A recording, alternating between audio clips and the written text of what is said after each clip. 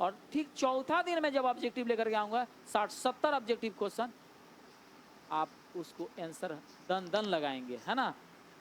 चलिए यहाँ पर देख सकते हैं कंप्यूटर आर्किटेक्चर की बात कर रहे हैं। सबसे पहले कि एक सवाल बनता है कि कंप्यूटर आर्किटेक्चर है क्या सर। मैं बता रहा हूँ, देखो यहाँ पर सुनो ध्यान से। कंप्यूटर कंप्यूटर के विभिन्न घटकों विभिन्न घटकों मैंने अलग अलग जो पार्ट होते हैं, विभिन्न घटकों एवं उनके मध्य संबंध को कंप्यूटर आर्किटेक्चर कहा जाता है। यानी कंप्यूटर के जो भी अलग अलग पार्ट होते हैं, इनपुट आउटपुट डिवाइस, है ना, सीपीयू, सीयू, एएलयू, ये जितने भी होते हैं ना, ये सब क्या है, कंप्यूटर के आर्किटेक्चर है ना। यानी यूं समझ लो तो कंप्यूटर के भाग को ही कंप्यूटर आर्किटेक्चर कहते हैं। Are you getting? कहेंगे यस सर, मैं समझ गया, हमने गुड। यहाँ देखो, पहला computer architecture von Neumann architecture वर्ष 1945 में जॉन वॉन न्यूमैन द्वारा प्रस्तुत किया गया था। ये बातें ध्यान रखिएगा। क्या क्या ध्यान रखना है? पहले तो 1945 में सबसे पहला कंप्यूटर आर्किटेक्चर वन न्यूमैन के द्वारा, है ना, वन न्यूमैन द्वारा आर्किटेक्चर 1945 में जॉन न्यूमैन द्वारा प्रस्तुत किया गया था। किसके द्वारा? तो जॉन न्यूमैन द्वारा, पता है, जॉन न्यूमैन द्वारा 1945 में, है ना। पता है कभी कभी क्या करता है कि जॉन नहीं लिखता है, वन न्यूमैन लिख देता है। तो पहला कंप्यूटर आर्किटेक्चर वन न्यूमैन द्वारा, बोले तो जॉन न्यूमैन द्वारा, है ना, जॉन वॉन न्यूमैन द्वारा 1945 में बनाया गया। तो एक बार लिखिए तो 1945 में जॉन वॉन न्यूमैन द्वारा पहला कंप्यूटर आर्किटेक्चर बनाया गया, यानी कंप्यूटर का पहला भाग बनाया गया जॉन वॉन न्यूमैन द्वारा। ठीक है, बहुत बारीकी से पढ़ा रहा हूँ। स्टार्टिंग में थोड़ा सा मैं इसलिए लंबी बातें कर लिया ताकि जो भी इधर उधर भटके स्टूडेंट है आ जाएंगे, लगेगा कि हाँ चलो भाई आवाज सर की क्लासेस हो रही, बट बीच में अब कोई फालतू बातें मैं नहीं करूँगा। और स्टार्टिंग में भी मैंने फालतू बातें नहीं किया, बस यही चीज़ समझाने के तौर पर मैंने आपको बताया कि ये क्लास बहुत इंपॉर्टेंट है। ये कंप्यूटर आर्किटेक्चर का पहला पार्ट है, फिर कल दूसरा होगा, परसों तीसरा होगा, और चौथा दिन आप सभी के बीच ऑब्जेक्टिव इसका मैं लेकर के आऊँगा। और बड़े इत्मीनान से ऑब्जेक्टिव, उसमें एक्सप्लेन नहीं करूँगा, ध्यान रखिएगा, उसमें सिर्फ ऑब्जेक्टिव लेकर के आऊँगा, आपको आंसर लगाना है। यहाँ तक आप बातें समझ गए तो यहाँ देख रहे हो कि कंप्यूटर आर्किटेक्चर बोले तो इसके मुख्य जो घटक हैं, इसके मुख्य घटक को समझिए। देख रहे हो ना, यहाँ पर इनपुट डिवाइस है, main memory, secondary memory, output device, register, है ना, एएलयू, सीयू, कंट्रोल यूनिट। यानी ये क्या है? ये है, आपको पता है क्या चीज़? सीपीयू। ये क्या है? सीपीयू, सेंट्रल प्रोसेसिंग यूनिट, है ना। ये चीज़ें आप देख लीजिए। पूरा का पूरा बोर्ड पीडीएफ हम आपको ज्ञापन एकेडमी ऑफिशियल के टेलीग्राम पर हम प्रोवाइड कर देंगे, आपको टेंशन लेने की ज़रूरत नहीं है। अब आइए कंप्यूटर आर्किटेक्चर के घटक को समझते हैं। पहला, इनपुट यूनिट क्या है? बहुत सारे विद्यार्थी के दिमाग में अभी भी, हालांकि मैंने जब बेसिक स्टार्ट किया था तो इनपुट आउटपुट के बारे में बताया था, लेकिन यहाँ सुन लीजिए इनपुट यूनिट क्या है। सुनिएगा ध्यान से। बाहरी स्रोतों से डाटा प्राप्त करता है। आप कहेंगे बाहरी स्रोतों से डाटा प्राप्त, मतलब हाँ, सुनिए मैं बता रहा हूँ। जैसे आप कंप्यूटर का कीवर्ड देखे होंगे, कीवर्ड पर आप जो कुछ भी टाइप करते हैं ना, तो वो स्क्रीन पर दिखता है कि आप टाइप क्या कर रहे हैं, माने आप क्या लिख रहे हैं। या माउस से, माउस पकड़ करके, इतना तो आप जरूर जानते हैं कि माउस किसे कहते हैं, माउस। उस माउस को पकड़ करके, है ना, जब आप कंप्यूटर की स्क्रीन पर बने आइकन को आप उस माउस की सहायता से जब क्लिक करते हैं, डबल क्लिक करते हैं, तो वो फाइल खुलता है। यानी उस फाइल को छेड़ते हैं तो उसमें क्या होता है ना, एक छड़खानी उत्पन्न होता है, यानी कि वो खुलता है और उस फाइल के अंदर मौजूद सारे, मान के चलिए गैलरी खोल रहे हैं, फोटो खोल रहे हैं, माने गैलरी खोल रहे हैं, तो उस फोटो में जितने भी फोटो रखे गए हैं सब निकल करके आ जाएंगे। फिर किसी को बड़ा करके देखना तो फिर उसी माउसवा से ले जा करके, और जो छोटा एरो की तरह दिखता है ना, इसको कर्सर बोलते हैं। तो ये माउसवा से जब घुमाते हैं ना तो ये घूमता है ना। तो जब ये घूमता है तो पता है क्या करते हैं, जब ले जा करके किसी फोटोआ पर क्लिक करते हैं ना बाबू, तो फोटोआ बड़ा हो जाता है। यानी कहीं ना कहीं से माउस से और कीबोर्ड से हम कंप्यूटर के आंतरिक भागों को छेड़ रहे हैं। इसका मतलब कि जिस डिवाइस की सहायता से हम कंप्यूटर के आंतरिक भागों को, यानी अंदर की भागों को उंगली करते हैं, उसी भाग को हम इनपुट डिवाइस कहते हैं, यानी इनपुट यूनिट कहते हैं, इनपुट भाग कहते हैं। क्या बातें आपको समझ में आ गई? क्या बातें आपको क्लियर हो गया? बाबू बताइए तो, क्या आपको बातें ये क्लियर हो गई? बीच में क्लासेस पता है बहुत डिस्टर्ब हो गई, इवन यहाँ पर भी कुछ क्लासेस डिस्टर्ब थी, फिर वहाँ अमित सर जो क्लासेस ले रहे हैं वहाँ से भी डिस्टर्बेंस आ गई थी। हाँ, बीच में आप बहुत तरीके से मैनेज करना पड़ गया, समझ लीजिए। तो थोड़ी सी बट इसके लिए बाबू सॉरी, लेकिन हाँ हम लोग आपके लिए दिल से हैं बाबू, और हम भी जानते हैं कि आप लोग भी हम लोग के लिए दिल से हैं, हमको पता है। और इस बीच के रिश्ते को कोई चाहे खराब करने के लिए नहीं कर सकता है, कोई कितना भी आपको भ्रमित करने और भड़काने की कोशिश करे, आप नहीं भाग सकते हैं। काहे कि हम लोग दिलासा नहीं बल्कि रिजल्ट देते हैं। एक बार इसे जुड़ कर देखिए, हम जिंदगी बदल देते हैं। पता है, एक ही कहावत है, मैंने एक बहुत ही जबरदस्त कविता लिखी है कि जीवन ने जग ठानी है, हार कभी ना मानी है, ज्ञापन एकेडमी वाले की वो बात बड़ी निराली है, विश्वास करो सच्चाई पर वो सच का दामन भारी है, ज्ञापन एकेडमी वाले की पढ़ाने का अंदाज बड़ी निराली है, ज्ञापन एकेडमी वाले की बात बड़ी निराली है। तो यही चीजें हैं, मैं हर बात हर वक्त कहता हूं। तो इनपुट डिवाइस क्या है भाई? तो एक ऐसा कंप्यूटर का पार्ट, एक ऐसा भाग जिससे हम उसके अंदर की चीजों को उसकी सहायता से छेड़ सकें, that is called input device, input unit. अब आइए बात करते हैं, पहला तो हो गया, दूसरा क्या है? ध्यान से समझिएगा बाबू, ध्यान से समझने का। Infinix Hot 60 i5G.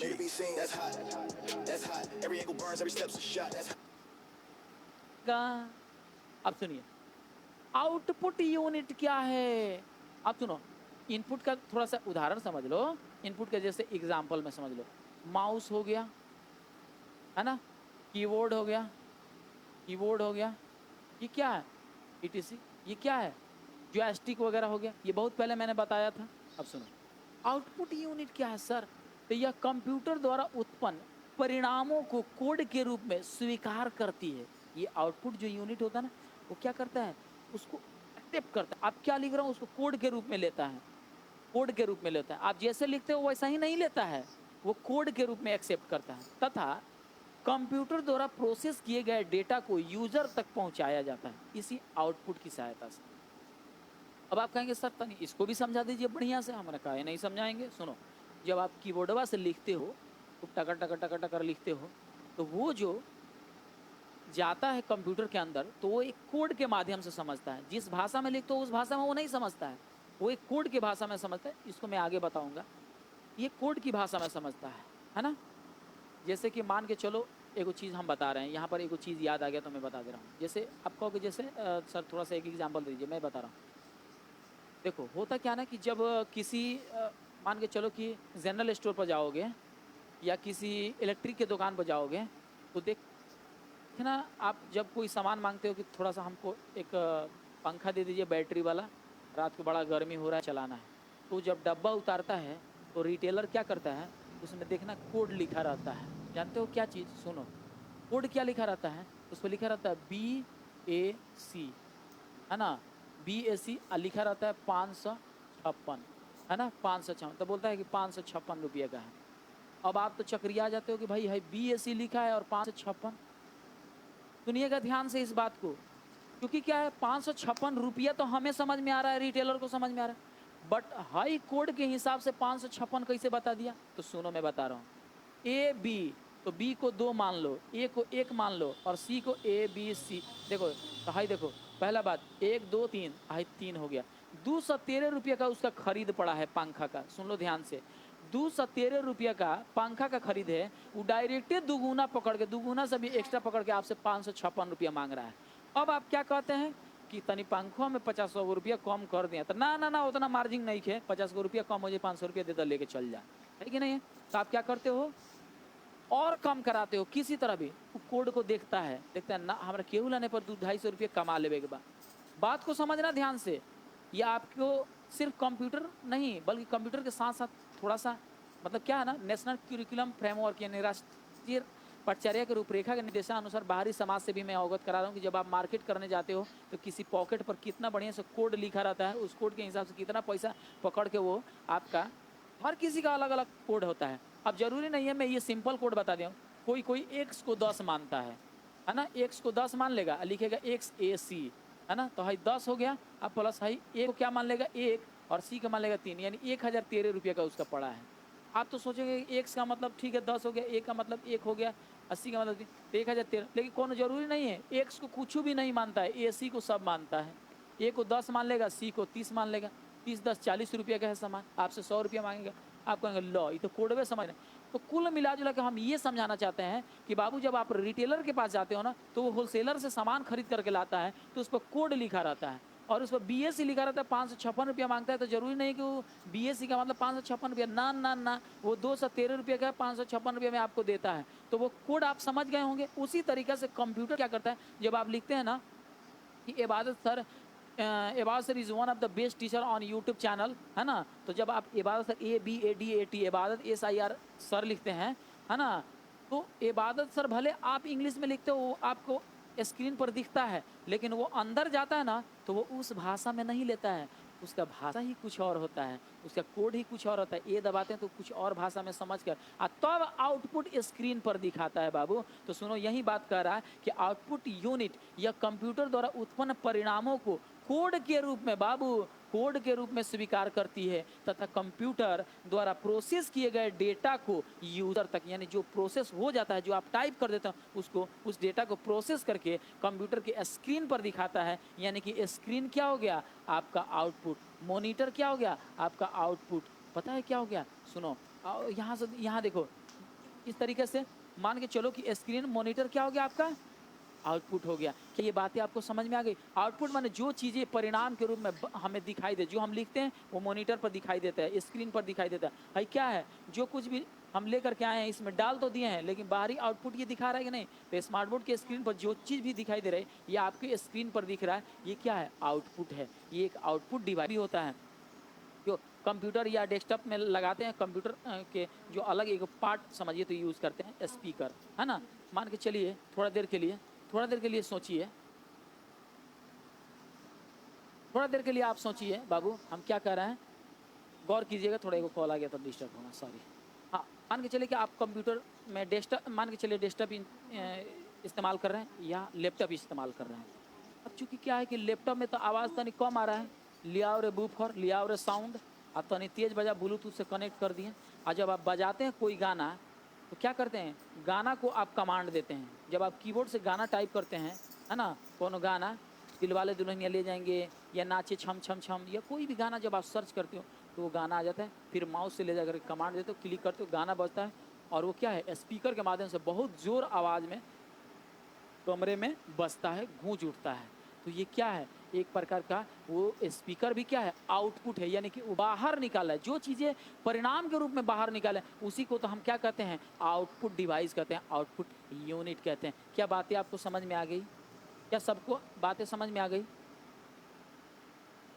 सबको समझ में आ गया? वेरी गुड बाबू। अब चलिए, अब अगला यहाँ पर देख सकते हैं, कंप्यूटर आर्किटेक्चर के घटक का तीसरा घटक समझिए, तीसरा भाग समझ लीजिए, central processing unit. Oh my God, CPU बाबू। ठीक है, आउटपुट इनपुट तो समझ लिया, अब तनी सीपीयू के बारे में समझ लो। भाई सीपीयू एगो डब्बा है, मतलब सेंट्रल प्रोसेसिंग यूनिट। इसमें बहुत सारे इसके प्रभाग होते हैं, यानी कि बोले तो सीपीयू के बहुत सारे भाग होते हैं। इसके अंदर एएलयू लगा रहता है, सीयू लगा रहता है ना। इसमें हम लोग क्या करते हैं, यूएसबी भी ठूस देते हैं, इसमें अलग से एसएसडी भी लगवाते हैं। ऐसा बात थोड़ी है कि नहीं है? तो ये सारी चीज़ें हैं। तो सुनिए, सेंट्रल प्रोसेसिंग यूनिट, भाई ये क्या है, सुनिएगा ध्यान से। आपसे पूछ सकता है कभी कभी, सुनिएगा, सेंट्रल प्रोसेसिंग यूनिट, सीपीयू का फुल फॉर्म क्या होता है, आपसे पूछ सकता है, सेंट्रल प्रोसेसिंग यूनिट।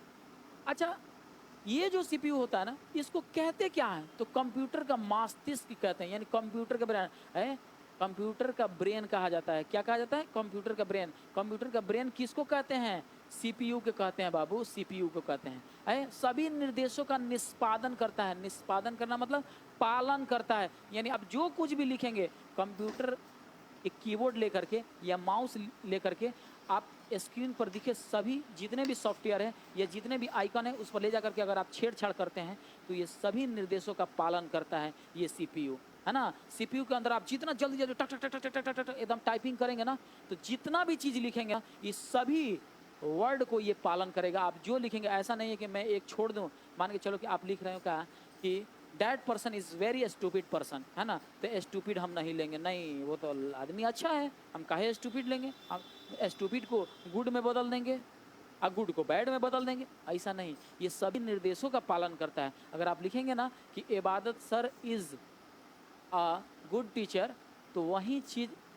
लिखेगा, आउटपुट में भी वही चीज़ दिखाएगा। अगर आप लिखेंगे कि इबादत sir is a bad teacher, तो वो बैड ही लेगा, अगर आप गुड लिखेंगे तो गुड ही लेगा। यानी कि सभी निर्देशों का निष्पादन करता है, यानी बोले तो उसका पालन करता है बाबू, याद रखिएगा। सीपीयू का काम है कि सभी निर्देश को पालन करेगा। आप माउस चलाएंगे, माउस से किसी भी एप्लीकेशन को छेड़ेंगे उसका भी ये समझेगा, कीबोर्ड से जो लिखेंगे वो भी इसका समझेगा, अलग से आप SSD USB लगा रहे हैं उसको भी ये CPU समझेगा कि कोई हमारे में कुछ ठूस रहा है। What's up, Mom? नया एपिसोड ड्रॉप हुआ है ना? मेरा भी नया पिंपल एपिसोड ड्रॉप हुआ है। एपिसोड है कि नहीं है? अच्छा समझ लो, मान के चलो कि मैं हूँ और मेरे जितने भी काम करने वाले साथ में हैं, ठीक है, काम कर रहे हैं, है ना, और मैं सबका मेन हूँ। मान के चलो अगर मैं मेन हूँ तो मान के चलो 10 गो लोग हैं और हमारे इर्द गिर्द में घूम रहे हैं, है ना, मैं 10 का एक रिमोट कंट्रोलर हूँ, तो कहीं ना कहीं से एक मैं केंद्र बन गया, कहीं ना कहीं से मैं एक मुख्य बिंदु बन गया, मैं सभी से काम ले रहा हूँ। अगर मान के चलो कि अगर कोई हमारे किसी भाग में, मान के चलो कि हमारे 10 लोगों में किसी एक को कोई छेड़ रहा है तो हमें ये जानकारी मिलेगी क्योंकि मैं 10 लोगों को ऑपरेट कर रहा हूँ, चला रहा हूँ। उसी तरीके से CPU के अंदर जितने भी प्रभाग है उसके अंदर हम कोई भी छेड़खानी करते हैं ये CPU समझता है। तो ये इसीलिए कह रहा है कि मैं सभी निर्देशों का निष्पादन करता हूँ और तो और निर्देशों के आधार पर आउटपुट भी तैयार करता हूँ बाबू। आप जो लिखते हैं ना उसको मॉनिटर पर ये दिखाने का भी काम करता है CPU। अच्छा, यूजर द्वारा सभी कार्यों को संपन्न भी करता हूँ। आप जो काम चाहे कंप्यूटर से लेना चाहे वो सब काम आपका कर देता है, जितना हो जाने वाला है जो भी कंप्यूटर के अंदर है, माने आप जितना भी करना चाहो, मान के चलो माइक्रोसॉफ्ट ऑफिस चलाओ, एक्सेल चलाओ, पावर पॉइंट चलाओ, चाहे किसी भी तरीके से जावा C+ वगैरह या टैली वगैरह जो भी वर्क कर रहे हैं, किसी भी प्रकार का वर्क कर रहे हैं कंप्यूटर के अंदर, जो कुछ भी छेड़ रहे हैं, जो कुछ भी लिख रहे हैं, वो सब चीज़ का जो है ना काम को आपका वो करने की कोशिश करेगा, है ना, कोशिश नहीं करता ही है ना। यहाँ पर आइए अब थोड़ा सा सुन लीजिएगा। सेंट्रल प्रोसेसिंग यूनिट यानी CPU के भाग होते हैं, माने CPU के अंदर मान के चलो कि एगो CPU हो गया, है ना, जैसे कि मैं कैसे दिखाऊं, CPU तो वहाँ रखा हुआ है, मतलब CPU हम लेकर के आ गए तो वो हो गया सेंट्रल प्रोसेसिंग यूनिट, यानी ये सभी कामों को करता है, सभी निर्देशों का निष्पादन करता है। ये कंप्यूटर का मस्तिष्क कहा जाता है CPU। ये सारी बातें हम समझ गए। अच्छा, मान के चलो कि इस CPU के अंदर भी तो अलग अलग पार्ट लगे हुए हैं, तो उस पार्ट को भी हम नाम जानेंगे और उसके बारे में पढ़ेंगे। सुनिएगा, CPU के क्या क्या भाग है जो इंपॉर्टेंट है, सुनिएगा। अर्थमेटिक लॉजिक यूनिट जिसको ALU बोलते हैं, अर्थमेटिक लॉजिक यूनिट जिसको ALU बोलते हैं बाबू, इसको बढ़िया से समझ लीजिएगा। सभी गणितीय जोड़ घटाव गुणा भाग और तार्किक कार्यों के लिए ये जिम्मेदार होता है। भाई ALU क्या है? अच्छा सुनो, आओ हम साइंस की हिसाब से तुम लोग को समझाते हैं। साइंस पढ़ा होगा, हमने कोशिका पढ़ाया होगा, कोशिका के अंदर मौजूद सारे कोशिका के अंग को पढ़ाया होगा। भाई कोशिका का काम क्या है?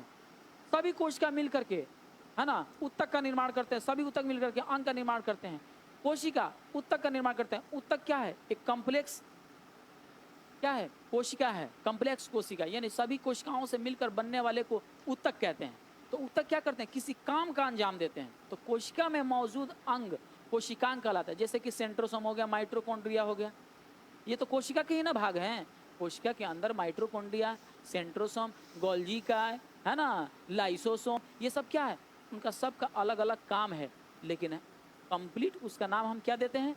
कोशिका। उसी तरीके से CPU होता है, उस CPU के अंदर क्या क्या होता है, उसका कौन कौन काम होता है, वो मैं बता रहा हूँ। जैसे कि CPU के अंदर ALU आता है जिसको कहते हैं अर्थमेटिक लॉजिक यूनिट। बाबू इस ALU का सिर्फ और सिर्फ काम होता है, मैंने पता क्या काम होता है? गणितीय काम होता है, सभी गणितीय काम, जैसे कि जोड़ घटाव गुणा भाग, है ना, और तार्किक कार्यों के लिए भी जिम्मेदार होता है ALU। ये बात को दिमाग में बैठा लीजिएगा, समझ गए?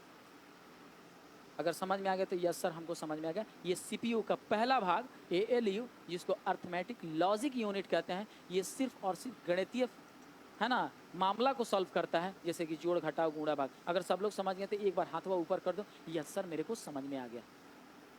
लिखो,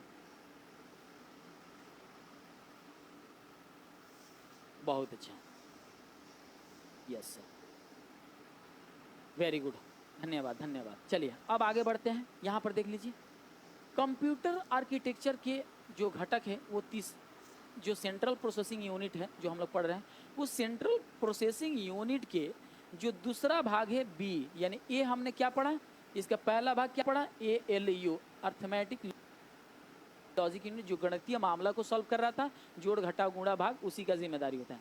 अब ये CU जिसको कंट्रोल यूनिट कहते हैं, बाबू क्या कहते हैं, कंट्रोल यूनिट कहते हैं, कंट्रोल यूनिट कहते हैं बाबू, कंट्रोल यूनिट। अब इसके नामों से आप लोग चित परिचित हो गए होंगे। कंट्रोल यूनिट का मतलब किसी भी चीज को कंट्रोल करना है कि नहीं है। अच्छा सुनो, जिस तरीके से कोशिका के अंदर माइटोकॉन्ड्रिया, आपको पता है माइटोकॉन्ड्रिया है, लाइसोसोम है, सेंट्रोसोम है, जो भी कोशिका के भाग हैं उसमें लाइसोसोम पता है क्या करता है, लाइसोसोम के अंदर जल अपघटक एंजाइम पाया जाता है जो एसिड के रूप में होता है। पता है, रे तू काम कर, रे तू काम कर, रे तू काम कर, रे तू काम कर।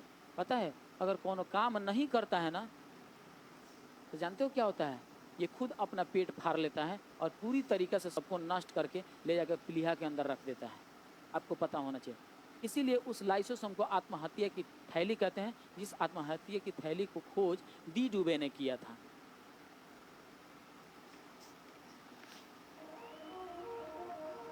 Next year, that'll be me.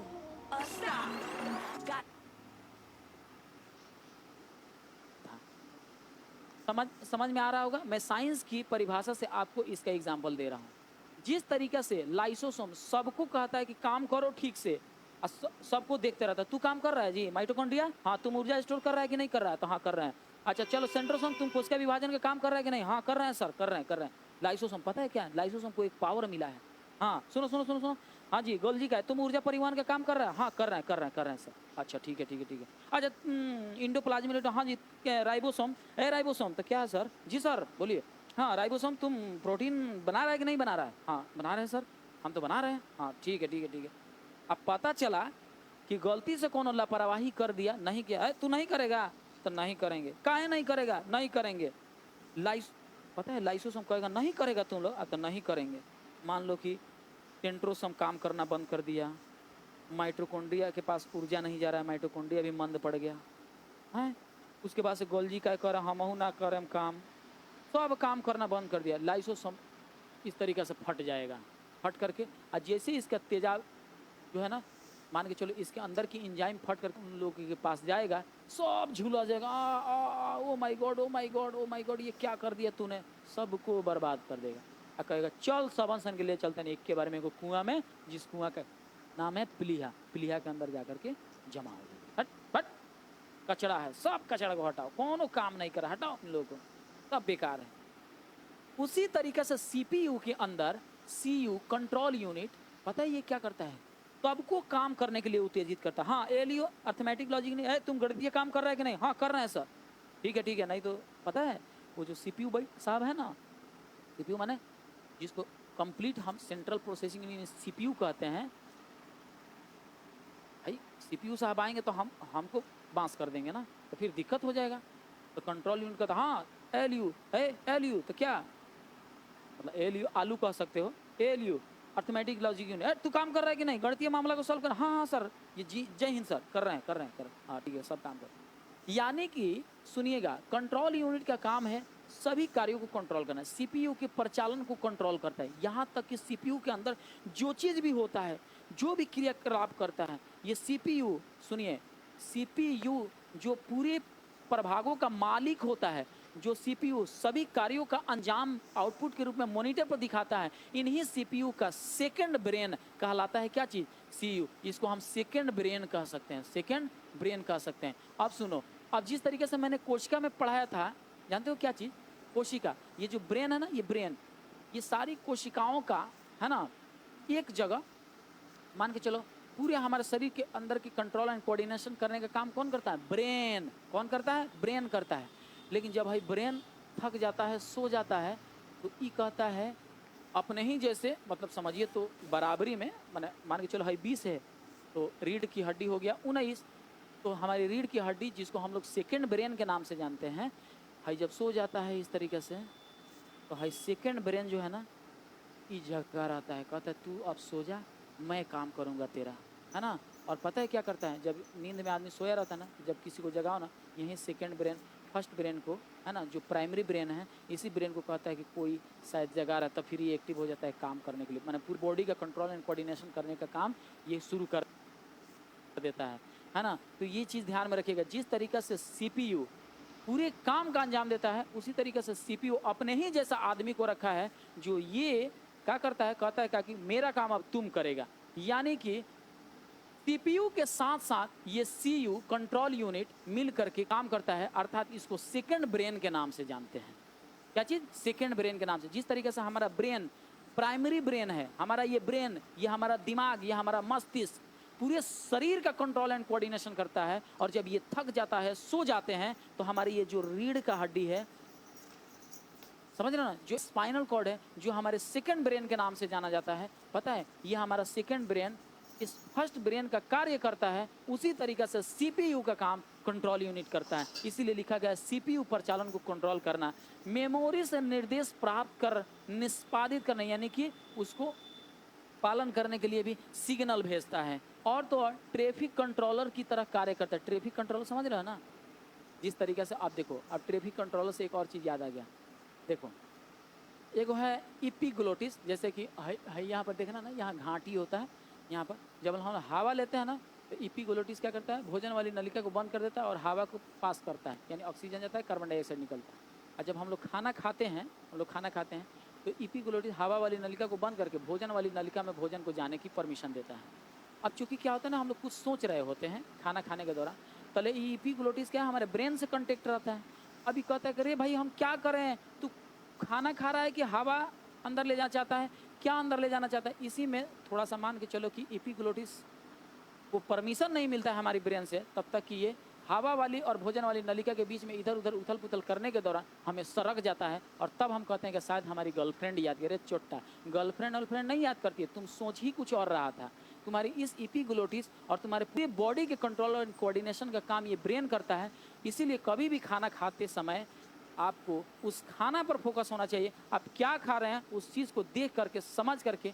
पता है, एक माँ अपने जब बच्चे को अपने स्तन से दूध पिलाती है ना, तो उसका पूरा का पूरा ज़हन अपने बच्चों पर होता है, तभी जा कर के स्तन से, है ना, दूध का स्राव होता है। अन्यथा अगर उसका दिमाग डिस्टर्ब रहे या कहीं ट्रैफिक में अगर सोचे कि अपने बच्चे को पिला पाएँ, तो उस बच्चे को प्रचुर मात्रा में दूध नहीं मिल पाता है। इसलिए इस पूरे ब्रेन से हमारे पूरे बॉडी का कंट्रोल एंड कोऑर्डिनेशन करने का काम होता है। समझ लीजिएगा कि उसी तरीक़ा से, पता है क्या होता है कि उसी तरीके से ये जो है ना, समझ लीजिएगा, ये ट्रैफिक कंट्रोलर की तरह काम करता है। जिस तरीके से इपीग्लोटिस भोजन वाली नलिका में भोजन को जाने देता है हवा वाली नलिका को बंद करके, और जिस तरीके से हवा वाली नलिका में भोजन वाली नलिका को बंद करके हवा को जाने देता है, उसी तरीके से ये ट्रैफिक कंट्रोलर की तरह काम करता है। जिस तरीके से मान के चलो कि चरमोहानी है, यहाँ पर एक ट्रैफिक पुलिस है, दो रास्ते को बंद करके एक रास्ते को खोल दिया, हाँ इधर वाला आदमी जाओ जाओ जाओ जाओ जाओ, हाँ ठीक है जाओ।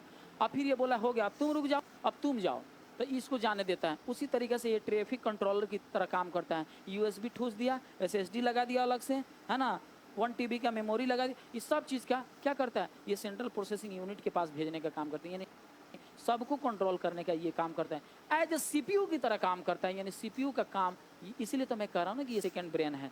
CPU और अन्य घटकों जैसे मेमोरी, देख रहे हो ना, मैंने बोला ना, मेमोरी और इनपुट आउटपुट डिवाइस के बीच डेटा को कंट्रोल करता है। मैंने अभी बोला कि नहीं बोला ना कि पता है CPU और अन्य घटकों जैसे, CPU का सारा काम तो ये कर ही देता है, plus memory, input output device के बीच डेटा को कंट्रोल करता है। क्या बातें आपको समझ में आ गई? सबको समझ में आ गई? यस। और पता है आप कहेंगे क्या कि सर हाँ अब ठीक से समझ में आ रहा है, सबको समझ में आ रहा है? यस बोलिए तो यस सर हमको समझ में आ रहा है, एक बार लिखे तो यस सर हमको समझ। और मैं पूरी गारंटी ले रहा हूं कि बिहार जीविका में आपको एक सीट दिला करके रहूंगा। बिहार जीविका में इस वक्त अपनी फैमिली झंडा गाड़ चुकी है और पूरा का पूरा नॉलेज फ्री ऑफ कॉस्ट बांट रही है। आपको बता दें कि फ्री ऑफ कॉस्ट नोट्स भी दिया जा रहा है। ज्ञापन एकेडमी ऑफिशियल के टेलीग्राम से जुड़ करके फ्री ऑफ कॉस्ट नोट ले सकते हैं। इवन यहाँ पर देख सकते हैं कि बिहार जीविका की जो हम लोग तैयारी करवा रहे हैं, कितना हर्षोल्लास के साथ, कितना एनर्जी के साथ हम लोग करा रहे हैं। यकीनन अगर आप हर दिन क्लास कर ले तो कंप्यूटर में 10 का 10 दिलाने की जो मैं प्रण ले चुका हूँ, शायद ये प्रण मेरा सार्थक हो जाए। और ये सार्थक बनाने के लिए सिर्फ अकेला मैं नहीं, इस जंग में आपको भी उतरना होगा, आपको रेगुलर क्लास में आना होगा, आपको लाइव ऑब्जेक्टिव करना होगा।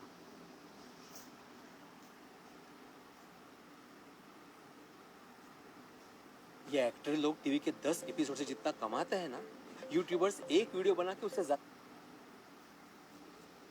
ना होगा। चलिए अब आइए आगे बढ़ते हैं। चौथा है, चूंकि कंप्यूटर सीपीयू का प्रभाग तो हम लोग समझ लें, अब आइए मेमोरी यूनिट को समझते हैं। मेमोरी यूनिट क्या है भाई? मेमोरी यूनिट के ये कंप्यूटर के आर्किटेक्चर है, यानी बोले तो उसके भी कंप्यूटर के आर्किटेक्चर की ये घटक है, यानी उसका भाग है। सुनिए, यह सीपीयू द्वारा प्रोसेसिंग के लिए आवश्यक डेटा और निर्देशों को स्टोर करती है। सुनिए, मेमोरी यूनिट का काम क्या होता है भाई? मेमोरी भाग का काम क्या है? मेमोरी यूनिट का काम क्या होता है? तो ये जो सीपीयू द्वारा प्रोसेसिंग होता है ना, कोई भी काम का प्रोसेस होता है, तो ये डेटा को और निर्देशों को स्टोर करता है। यानी सीपीयू के द्वारा जो भी हम मेमोरी के थ्रू करते हैं, वो क्या करता है? उस डेटा को और उस निर्देशों का ये स्टोर करता है, मैंने रोक के रखता है मेमोरी।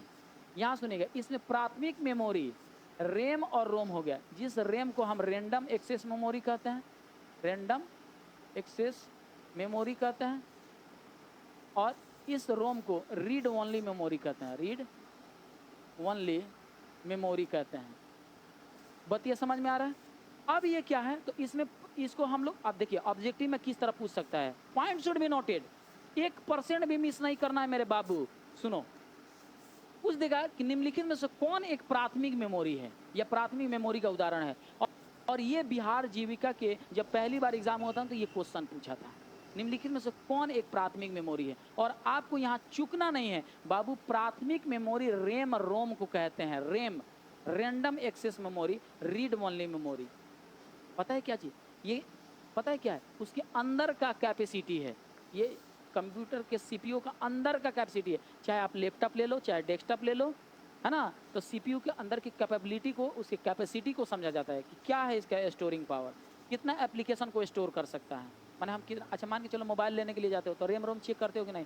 हाँ जी, इसका रैम कितना है? तो 6 GB रैम। 6 GB रैम का मतलब समझते हो क्या होता है? यानी 6 GB का एप्लीकेशन 6 GB तक अपलोडिंग वो कर सकता है। रीड ओनली मेमोरी का मतलब यानी मेमोरी को कितना रीड कर सकता है। पॉइंट शुड बी नोटेड, मैं क्या कर रहा हूँ समझो, मैं आप ही लोगों को समझा रहा हूँ।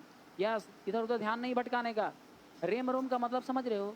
तो कंप्यूटर, मान के चलो कि जब आप मोबाइल खरीदने जाते हो, कौन हो, Realme 2 Pro, इन्फिनिक्स या तो बाबू आप क्या कहते हैं? सुनो ध्यान से, हाँ भाई इनमें रैम कितना बा हो? तो बोलता है रैम 6 GB, 6 GB। अच्छा रोम कितना बा? रोम माने रीड ओनली मेमोरी, रोम कितना बा? तो भाई 1 TB, 1 TB। ओह ये बात बा, तो हाँ चलो अच्छा के बात बा। या 10 GB, 10 GB मान के चलो, या 100 GB, है ना, ये कह दे। पता है क्या? सुनो, रैम का मतलब हुआ रैंडम एक्सेस मेमोरी, ये कितने एप्लीकेशन को रख सकता है। और रीड ओनली मेमोरी का मतलब होता है कि ये मेमोरी को कितना रीड कर सकता है, माने कितने यादाश्त को रख सकता है। ये बातें आप समझ। तो एप्लीकेशन रखने के लिए 6 GB तक आप एप्लीकेशन उसमें ऐप को इंस्टॉल कर सकते हैं। 6 GB से ज़्यादा इंस्टॉल कीजिएगा आपका मोबाइल हैंग करने लगेगा, है ना, क्योंकि उसका कैपेसिटी है क्या चीज़, 6 GB का। रीड ओनली मेमोरी मतलब कि आप उसमें कितना फोटो सोटो रख सकते हैं, कितना वीडियो रख सकते हैं। तो ये हो गया कि आपकी मेमोरी माने, अरे यार सुनो, मैं कंप्यूटर का वो शिक्षक नहीं हूँ जो कंप्यूटर के सिर्फ कंप्यूटर के ही भाषा में समझाऊँ, मैं आपकी भी भाषा में समझा रहा हूँ। मेमोरी माने होता है यादाश्त, मेमोरी माने यादाश्त। समझ रहे हो मेरी बातों को? आप छोटे बच्चे होते हैं, छोटे बच्चे होते हैं ना, बाल्यावस्था में होते हैं, दिन भर में 10 गो वर्ड याद कर पाते हैं, लेकिन जब किशोरावस्था में जाते हैं तो दिन भर में 75 गो बात याद कर लेंगे, है ना। तो बाल्यावस्था में आपके दिमाग का कैपेसिटी कुछ अलग होता है, याद करने की क्षमता। तो कहने का मतलब है कि आप कितना ले सकते हैं और लास्ट कितना तक ले सकते हैं, ये दोनों में अंतर है। एक होता है कि हमारे लेने की कैपेसिटी इतनी है और मैं लास्ट कितना ले सकता हूँ, ये दोनों में अंतर है। यानी कि जब मोबाइल खरीदने के लिए जाते हो तो रैम पूछते हो, रैम कितना है, रैम के हिसाब से उसका स्पीड भी होता है, क्योंकि 6 GB रैम है तो 6 GB तक का एप्लीकेशन उसमें डाउनलोड कर सकते हो, है ना। यानी कि वो क्या कर सकता है, आपके हर एक एप्लीकेशन को ये इंस्टॉल करके रखेगा और बढ़िया से मोबाइल को चलाएगा। लेकिन रीड ओनली मेमोरी का मतलब हुआ, यानी अगर 100 GB है तो आप 100 GB तक का फोटो वीडियो रख सकते हैं, मेमोरी माने यादाश्त, यानी ये मोबाइल जो है ना, मोबाइल का ये क्या है, यादाश्त है। यानी कि आपके, एक मिनट, यानी कि सुन लीजिएगा ध्यान से, आपका जो मोबाइल है वो फोटो और वीडियो को 100 जीबी तक याद करके रख सकता है, उसी को रोम कहते हैं। अब आइए यहाँ पर समझ लीजिए, यानी रैम का मतलब होता है रैंडम एक्सेस मेमोरी, रोम का मतलब होता है रीड ओनली मेमोरी। और यहाँ पर सुन लीजिएगा, ये क्या है, ये प्राथमिक मेमोरी है, और तथा द्वितीयक मेमोरी या जो अलग से हम लगाते हैं वो हो गया HDD, SSD आदि शामिल है। सुनिएगा, HDD, SSD आदि शामिल है ना। सबको समझ में आ रहा है? यानी वीडियो को लाइक कर दो, तो इतना मेहनत कर रहे थे, करो।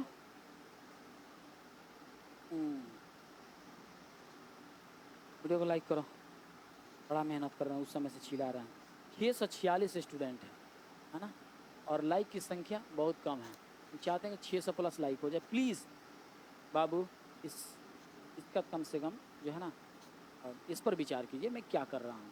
इस वक्त मैं आप सभी के सामने है ना हाथ जोड़ करके रिक्वेस्ट कर रहा हूँ, प्लीज़ आपसे करजोरी प्रार्थना है कि हमारी मेहनताना को समझा जाए। हम मेहनत कर रहे हैं, आपको समझाने की कोशिश कर रहे हैं। प्लीज़ बाबू आप लोग वीडियो को लाइक कीजिए, है ना, प्लीज़।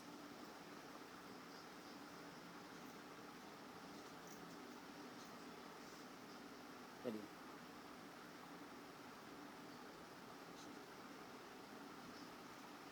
आइए, अब यहाँ पर हो गया। अब यहाँ देखिए, प्राथमिक मेमोरी को अल्पकालिक तीव्र डेटा एक्सेस के लिए किया जाता है, जबकि सुनिएगा अल्पकालिक के लिए किया जाता है, परमानेंट के लिए नहीं। द्वितीय मेमोरी डेटा स्टोरेज के लिए किया जाता है। इसमें बार बार उपयोग किए जाने वाले डेटा स्टोर करने के लिए कैशे, है ना, कैशे मेमोरी का भी प्रयोग किया जाता है। तो बार बार डेटा को स्टोर करने के लिए हम लोग क्या करते हैं, कैशे फाइल को भी कैशे मेमोरी का भी प्रयोग करते हैं। देख रहे हैं कैशे। अब यहाँ पर देखिएगा, आगे बात बता रहा है, और ये तो नहीं है, यहाँ पर देख लीजिएगा थोड़ा सा। अब माइक्रो प्रोसेसर पढ़ लेंगे, उसके बाद से ये पूरा का पूरा सेशन हम एंड कर देंगे। फिर अगले दिन इसका नेक्स्ट हम एपिसोड लेकर के आएंगे, फिर अगले दिन, उसके बाद चौथा दिन तो मैं ऑब्जेक्टिव आप सभी के बीच कराऊंगा। सुनिएगा ध्यान से, ये लास्ट है माइक्रो प्रोसेसर। हालांकि माइक्रो प्रोसेसर के बारे में मैंने बताया था, सुनिए, कंप्यूटर सिस्टम का केंद्रीय यूनिट माना जाता है माइक्रो प्रोसेसर। यह एक एकीकृत सर्किट बोले तो आईसी है, इंटीग्रेटेड सर्किट,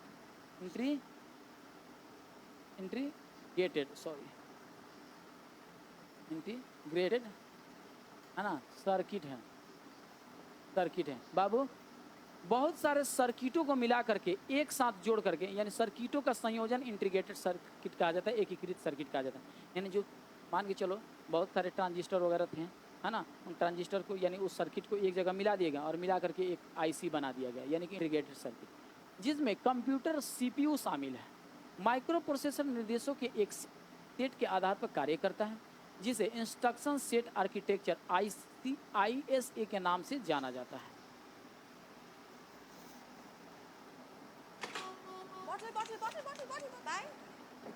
आज नए जीन्स यहाँ पर सुनिएगा, इसको ऐसे वर्गीकृत किया गया है, माने IC को कुछ इस तरीके से मैन्युफैक्चरिंग और उसको क्लासिफिकेशन किया गया है कि वे एक बार में कितने भी बिट्स को प्रोसेस कर सकते हैं। जैसे 8 बिट को भी माने प्रोसेस कर देगा, 16 बिट को भी, 32 बिट को भी, और 64 बिट को भी प्रोसेस कर सकता है। यानी माइक्रो प्रोसेसर ये क्या है, ये IC का संयुक्त एक समझिए तो केंद्रीय यूनिट है। ये 8 बिट को भी, 16 बिट को भी, 32 बिट को भी और 64 बिट को भी प्रोसेस कर सकता है। पहला वाणिज्य माइक्रो प्रोसेसर इंटेल 4004 था। सुनिएगा, यहीं से क्वेश्चनवा पूछा था, चोट्टा है सब छोड़ दिया था, यहीं से क्वेश्चनवा पूछा था और मुझे लग रहा है कि फिर पूछेगा। सुनो ध्यान से, बहुत इंपॉर्टेंट है, हैशटैग लगा दे रहे हैं बाबू, काफ़ी इंपॉर्टेंट है, ये बतिया समझ लो।